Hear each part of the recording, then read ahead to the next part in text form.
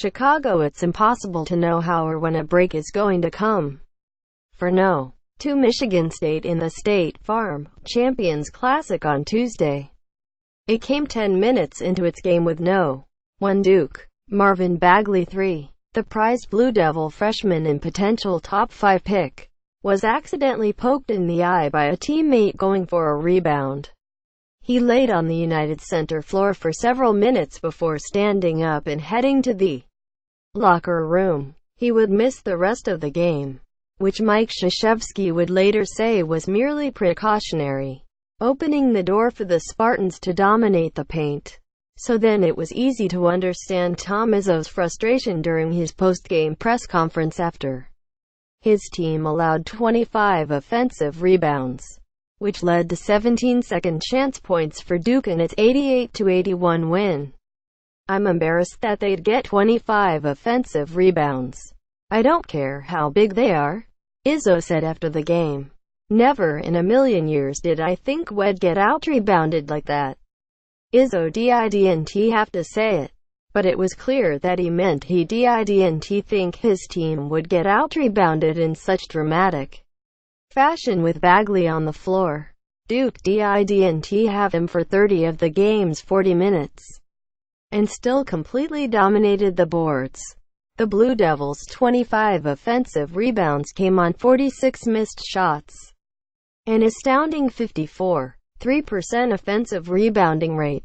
They also limited the Spartans to 11 offensive rebounds, cleaning up their own defensive glass at a 70% clip. The Spartans leave Chicago with a nagging feeling that if they cleaned up the little things on Tuesday night, they could have scored a win over the top team in the country.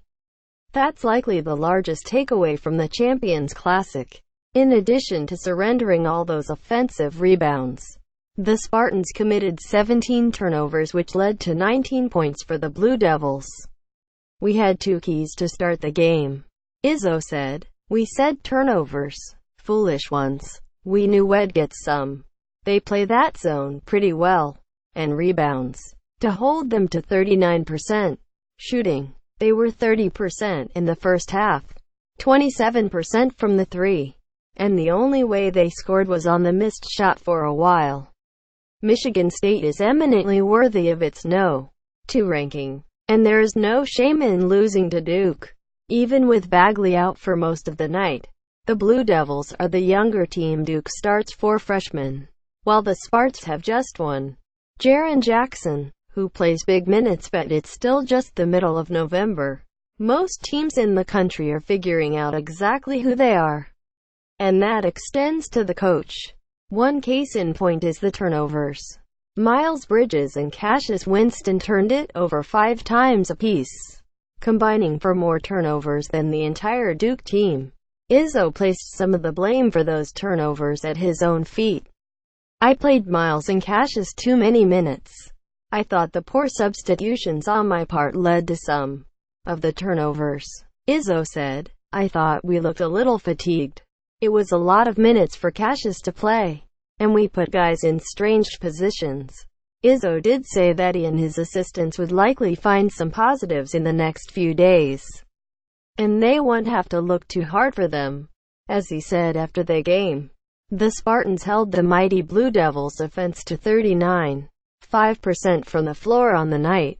They held them to 30% shooting in the first half, and 27.3% from 3 before heading into the locker room at halftime.